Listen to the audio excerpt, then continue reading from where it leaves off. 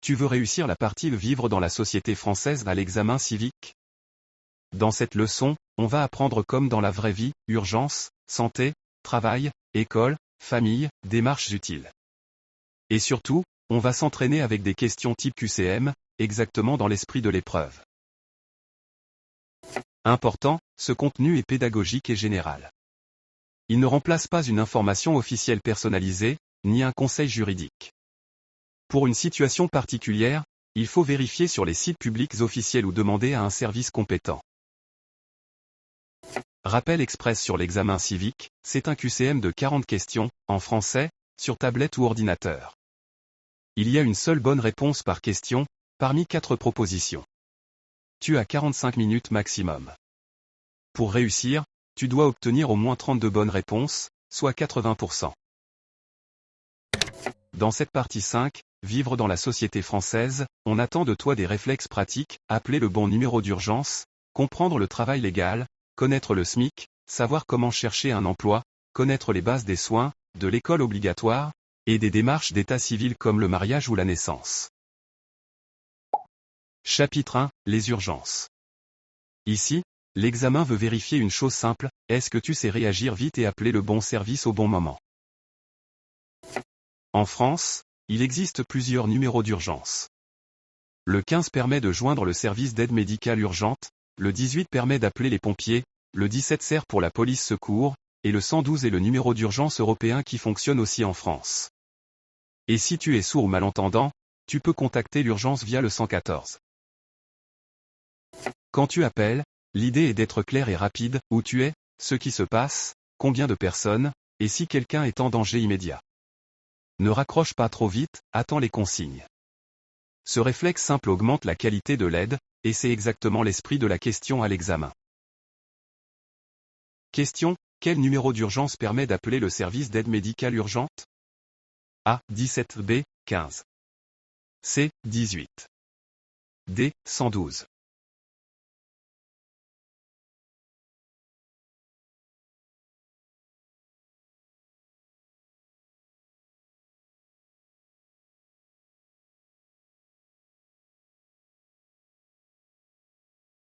La bonne réponse est B. 15. Le 15 permet de joindre le service d'aide médicale urgente pour une urgence médicale. Question, quel numéro d'urgence permet d'appeler les pompiers? A. 15. B. 18. C. 114. D. 17.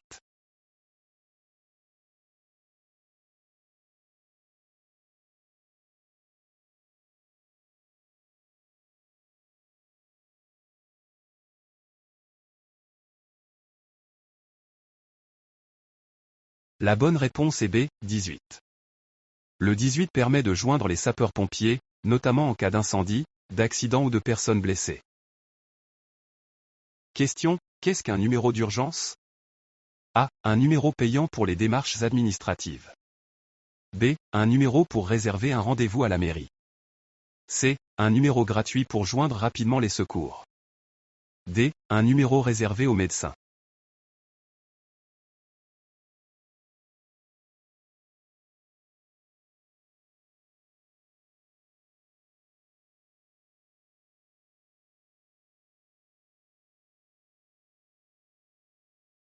La bonne réponse est C. Un numéro gratuit pour joindre rapidement les secours. Un numéro d'urgence sert à contacter les services de secours en situation de danger ou d'urgence. Chapitre 2, conduite et démarches simples. Ici, on teste surtout le bon sens, avant de rouler, il faut être en règle. Avoir le permis ne suffit pas. Pour conduire une voiture, elle doit être assurée au minimum en responsabilité civile, c'est obligatoire. Et le véhicule doit aussi être immatriculé pour circuler sur la voie publique. À l'examen, la réponse attendue met souvent l'accent sur l'assurance obligatoire, parce que c'est un réflexe de sécurité et de loi. Question, après avoir obtenu le permis de conduire, que faut-il faire pour pouvoir conduire sa voiture? A. Acheter une vignette spéciale. B. Assurer sa voiture au minimum en responsabilité civile. C. Passer un second examen. D. Demander une autorisation à la mairie.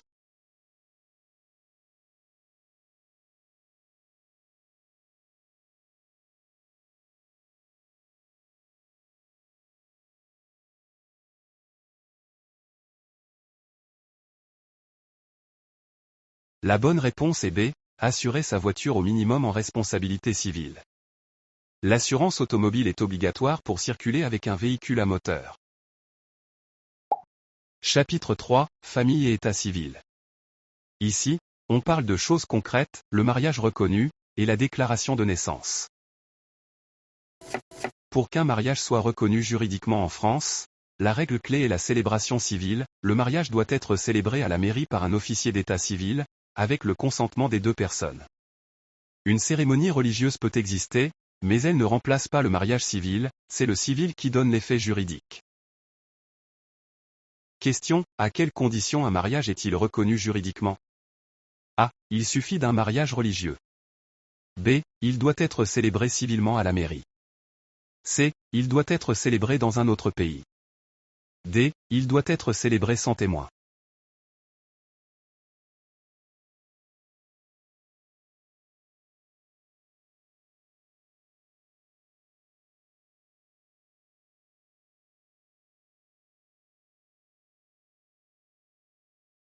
La bonne réponse est B. Il doit être célébré civilement à la mairie. En France, le mariage civil est celui qui est reconnu par la loi. Autre réflexe important, la déclaration de naissance. En règle générale, la naissance doit être déclarée à l'état civil de la mairie du lieu de naissance dans les 5 jours suivant l'accouchement. Retenir 5 jours te permet de répondre vite en QCM. Question, quand faut-il déclarer son enfant au service d'état civil de la mairie?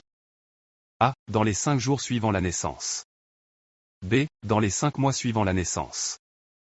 C. Uniquement quand l'enfant entre à l'école. D. À la fin de la première année.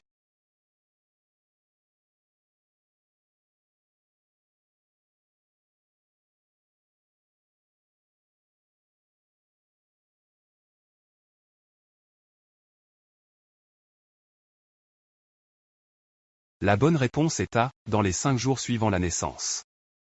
La déclaration se fait à l'état civil de la mairie du lieu de naissance dans le délai prévu. Chapitre 4, Travail et emploi. Ici, on vérifie que tu connais les règles de base, travail déclaré, salaire minimum, durée légale, et organismes utiles.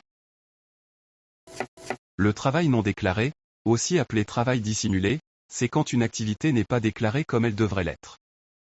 En France, c'est interdit, et les conséquences peuvent être lourdes. En QCM, le mot-clé à repérer est simple, illégal. Question, le travail non déclaré est A. Autorisé si c'est occasionnel.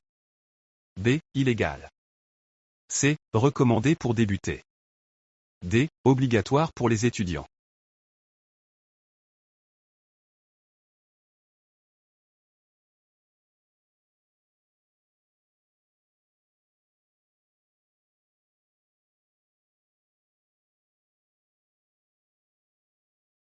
La bonne réponse est B. Illégal. Le travail dissimulé est interdit par le droit du travail. Pour fixer un salaire, l'employeur et le salarié peuvent se mettre d'accord, mais il y a une règle non négociable, le salaire doit respecter les minimums. Il y a le salaire minimum légal, c'est le SMIC, et il peut aussi y avoir un salaire minimum prévu par une convention collective. Donc, accord, oui, mais au-dessous du minimum, non. Question, que doit faire un employeur pour fixer un salaire? A. Fixer librement, même en dessous du minimum. B. Respecter au moins le SMIC et, s'il existe, le minimum de la convention collective. C. Demander l'accord de la mairie. D. Payer uniquement en espèces.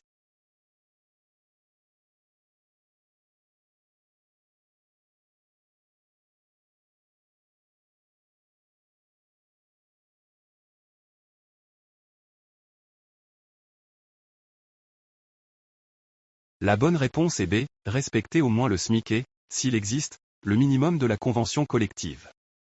Le salaire ne peut pas descendre sous les minimums applicables. Le SMIC veut dire salaire minimum interprofessionnel de croissance. C'est le montant légal minimum, en brut, en dessous duquel il est interdit de rémunérer un salarié. À l'examen, on ne te demande pas forcément le montant exact, mais surtout la définition, salaire minimum légal. Question, qu'est-ce que le SMIC? A. Une taxe sur le salaire. B. Le salaire minimum légal brut. C. Un diplôme scolaire. D. Un contrat de travail.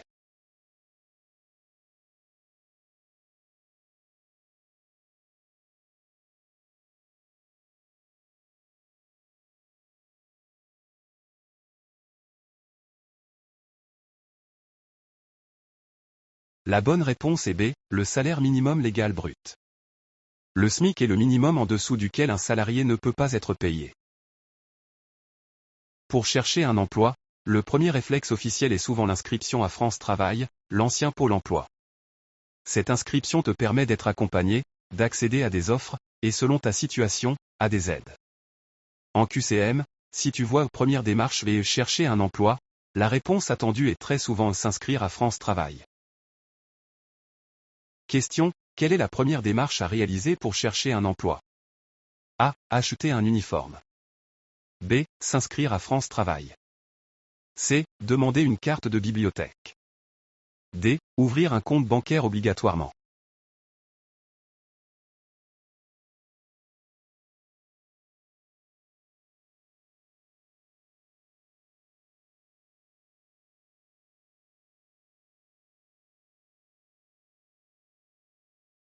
La bonne réponse est B. S'inscrire à France Travail. L'inscription permet l'accompagnement vers l'emploi et l'accès aux services du service public de l'emploi. La durée légale du temps de travail, pour un salarié à temps complet, est de 35 heures par semaine. C'est une durée de référence, au-delà, on parle d'heures supplémentaires, avec des règles spécifiques. Le QCM vise surtout la valeur 35 heures. Question: quelle est la durée légale du temps de travail par semaine? A. 20 heures. B. 35 heures. C. 48 heures. D. 50 heures.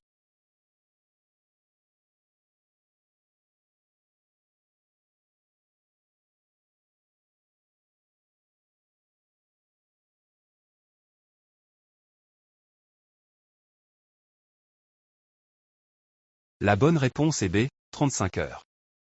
La durée légale de référence, pour un temps complet, est de 35 heures par semaine. France Travail est le service public de l'emploi. Son rôle principal, accompagner les personnes vers le retour à l'emploi et indemniser, selon les droits, certains demandeurs d'emploi. Il aide aussi les entreprises pour leur recrutement. Dans le QCM, France Travail est associé aux demandeurs d'emploi et à l'accompagnement.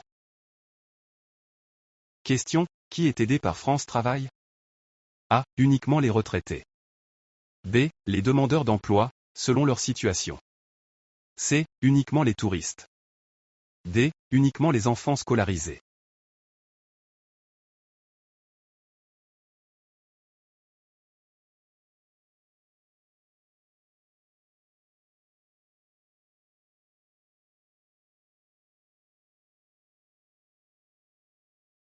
La bonne réponse est B. Les demandeurs d'emploi, selon leur situation.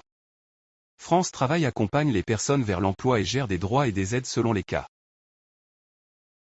Créer une entreprise, 2 idées simples pour le QCM. 1. Une femme peut créer son entreprise, comme un homme, c'est une évidence en droit et dans la vie économique. 2. Une personne étrangère en situation régulière peut aussi créer une entreprise, mais cela dépend du titre de séjour et de l'autorisation d'exercer une activité professionnelle. Donc la bonne réponse contient souvent une condition, oui, si le titre de séjour l'autorise. Question: une personne étrangère en situation régulière peut créer son entreprise? A. Oui, à condition d'avoir un titre de séjour autorisant une activité professionnelle. B. Oui, sans aucune condition. C. Non, jamais. D. Seulement après 10 ans en France.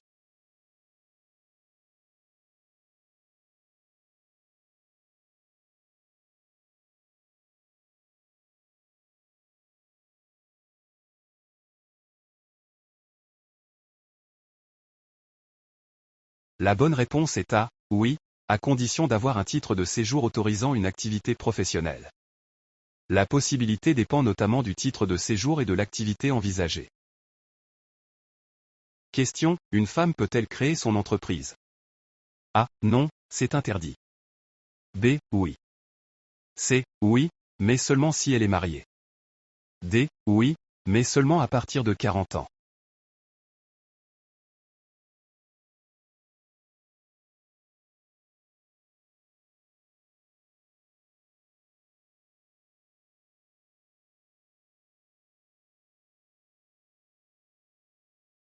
La bonne réponse est B, oui. Une femme peut créer une entreprise comme un homme, selon les règles habituelles de création et d'activité. Pour l'âge minimum de travail, la règle générale est, on peut travailler à partir de 16 ans. Il existe des exceptions encadrées, par exemple certains travaux légers dès 14 ans pendant les vacances scolaires, avec conditions. En QCM, si on te demande un âge simple, la réponse la plus standard est 16 ans. Question, à partir de quel âge un mineur peut-il travailler? A. 12 ans. B. 14 ans, toujours. C. 16 ans, en règle générale. D. 18 ans uniquement.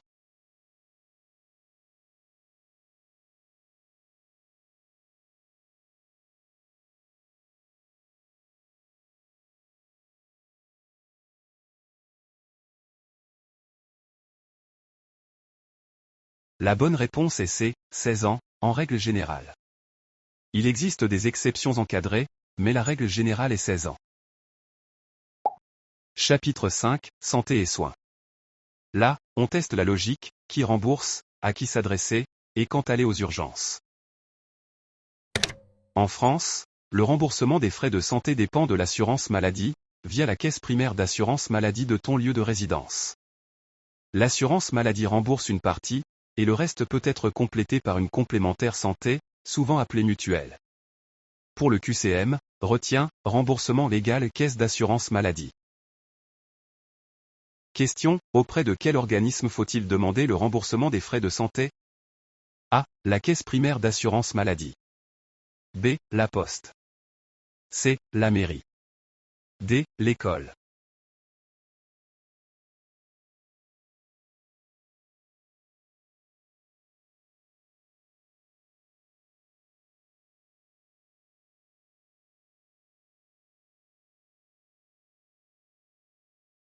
La bonne réponse est A. La caisse primaire d'assurance maladie.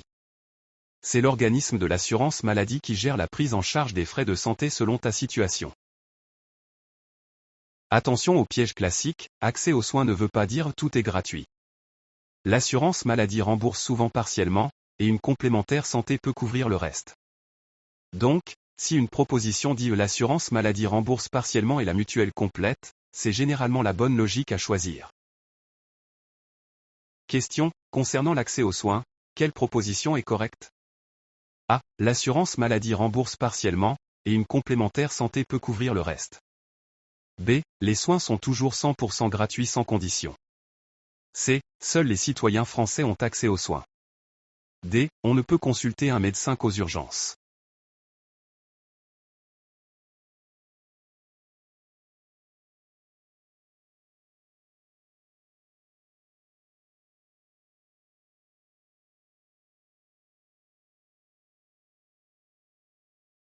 La bonne réponse est A.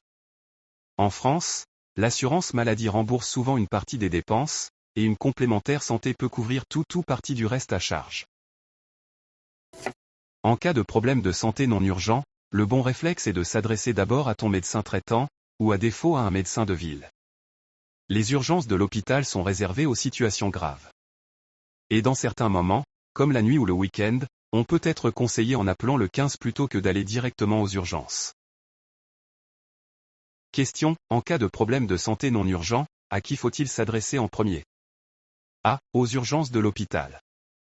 B. Au médecin traitant. C. À la police. D. À la mairie.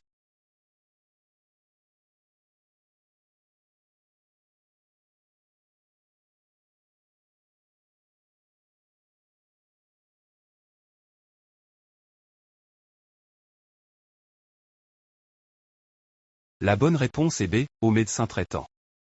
Le médecin traitant est le premier interlocuteur et coordonne les soins, ce qui aide aussi au bon remboursement dans le parcours de soins.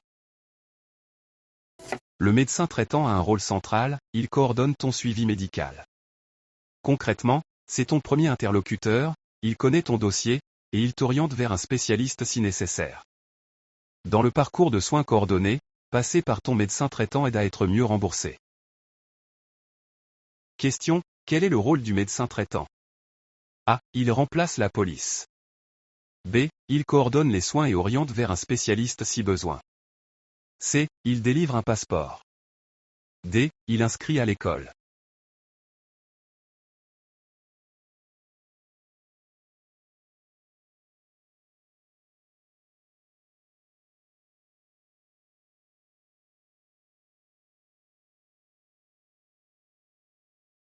La bonne réponse est B. Il coordonne les soins et oriente vers un spécialiste si besoin.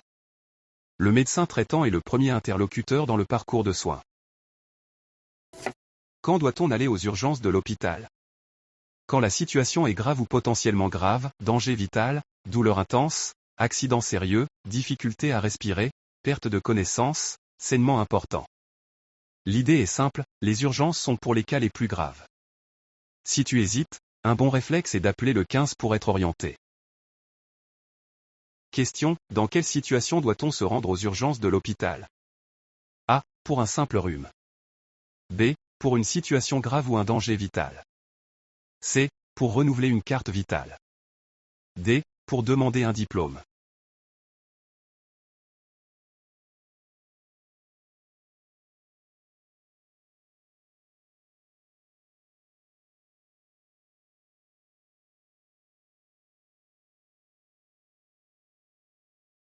La bonne réponse est B. Pour une situation grave ou un danger vital. Les urgences sont réservées aux cas les plus graves. En cas de doute, on peut appeler le 15 pour être orienté. Les vaccinations obligatoires ont un objectif de santé publique, protéger la personne vaccinée, et protéger aussi les autres, surtout les plus fragiles. On parle de protection individuelle et collective. En QCM, si tu vois objectif, pense immédiatement à ce duo, moi et les autres. Question, quel est l'objectif des vaccinations obligatoires? A. Protéger uniquement les touristes. B. Protéger individuellement et collectivement. C. Remplacer le médecin traitant. D. Obtenir un permis de conduire.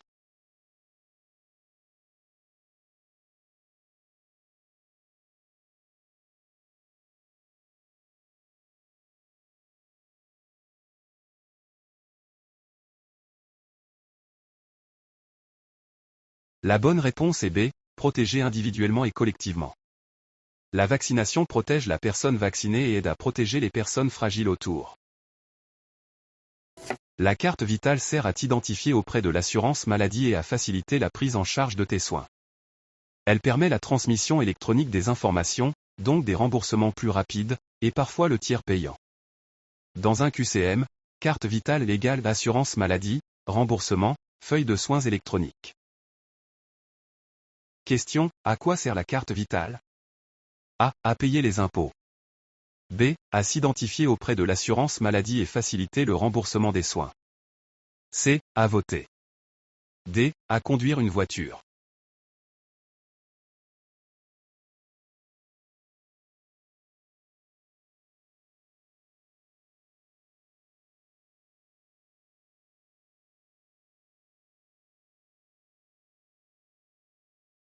La bonne réponse est B. S'identifier auprès de l'assurance maladie et faciliter le remboursement des soins.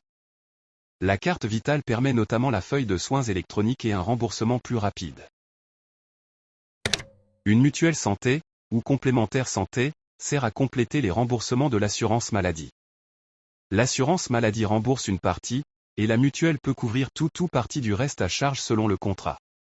Le QCM est souvent direct, mutuelle égale complément de remboursement. Question, à quoi sert une mutuelle santé? A. À remplacer l'assurance maladie. B. À compléter les remboursements de l'assurance maladie. C. À appeler les urgences. D. À inscrire un enfant au collège.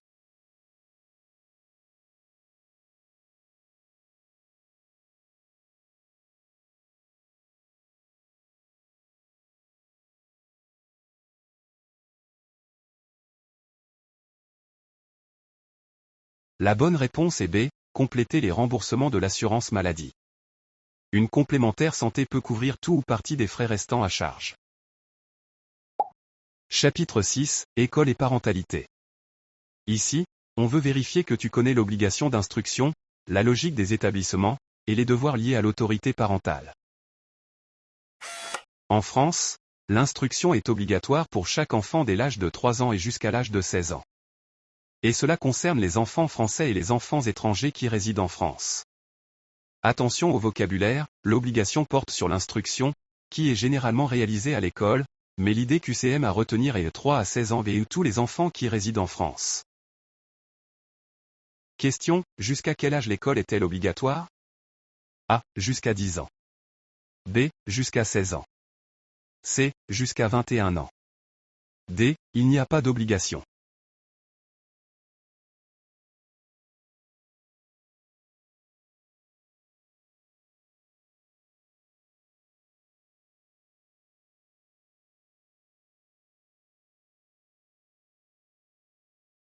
La bonne réponse est B. Jusqu'à 16 ans. L'instruction est obligatoire de 3 ans à 16 ans.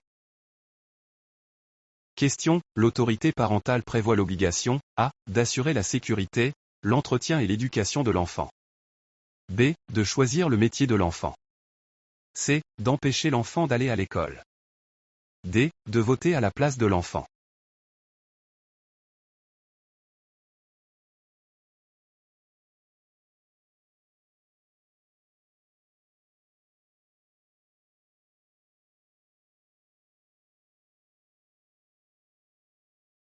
La bonne réponse est A. Assurer la sécurité, l'entretien et l'éducation de l'enfant. L'autorité parentale implique des droits et des devoirs dans l'intérêt de l'enfant. Question, pour qui l'école est-elle obligatoire? A. Uniquement pour les enfants français. B. Pour tous les enfants résidant en France, français ou étrangers, de 3 à 16 ans. C. Uniquement pour les adultes. D. Uniquement pour les enfants de moins de 3 ans.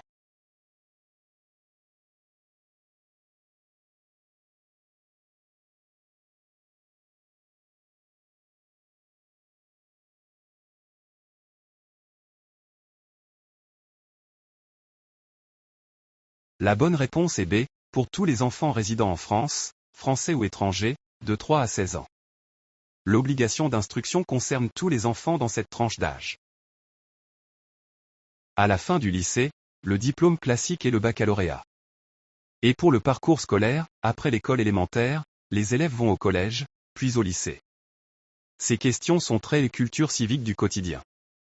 Si tu sais l'élémentaire collège et fin du lycée baccalauréat, tu gagnes des points facilement. Question, quel diplôme obtient-on à la fin du lycée?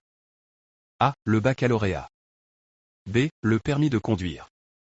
C. Le passeport. D. La carte vitale.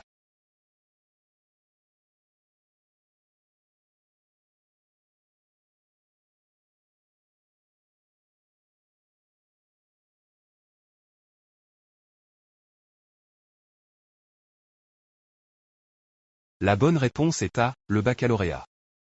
Le bac valide la fin de la scolarité au lycée et ouvre l'accès à l'enseignement supérieur. Question, dans quels établissements scolaires vont les élèves après l'école élémentaire? A. À l'université. B. Au collège. C. À la préfecture. D. À l'hôpital.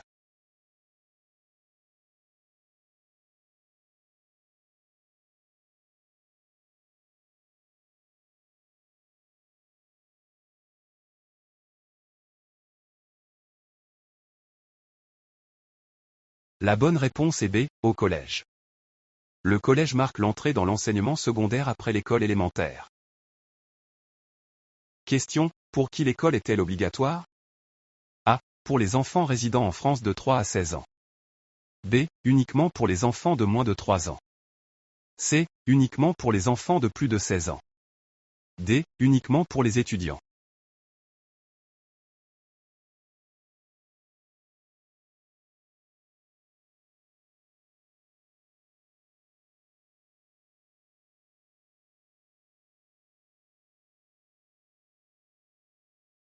La bonne réponse est A. Pour les enfants résidant en France de 3 à 16 ans. On parle d'obligation d'instruction dans cette tranche d'âge. Une fois inscrit à l'école, un enfant doit être assidu, il doit assister aux cours prévus dans son emploi du temps. Les absences sont encadrées, et peuvent être sanctionnées si elles ne sont pas justifiées. En QCM, le piège est de croire que l'inscription suffit, non, il faut aussi la présence régulière. Question, un enfant inscrit à l'école, A, peut venir seulement quand il veut. B, doit assister aux cours prévus, sauf absence justifiée. C. N'a aucune obligation. D. Ne peut pas être absent même en cas de maladie.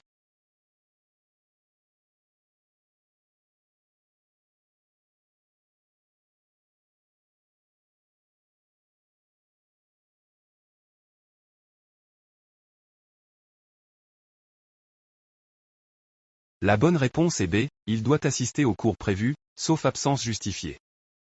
L'assiduité scolaire est une obligation pour les élèves inscrits. Dernier point, les enfants qui ne parlent pas français. En France, ils ont le droit d'être accueillis à l'école comme les autres, et l'obligation d'instruction s'applique aussi. Il existe des dispositifs d'accompagnement, comme des unités pédagogiques pour élèves allophones arrivants, souvent appelés UPE2A, pour apprendre le français tout en suivant une scolarité. Question, les enfants qui ne parlent pas français, A, ne peuvent pas aller à l'école en France. B, peuvent être scolarisés et bénéficier d'un accompagnement pour apprendre le français. C, doivent attendre d'avoir un diplôme de français avant d'être admis. D, sont obligés de rester à la maison.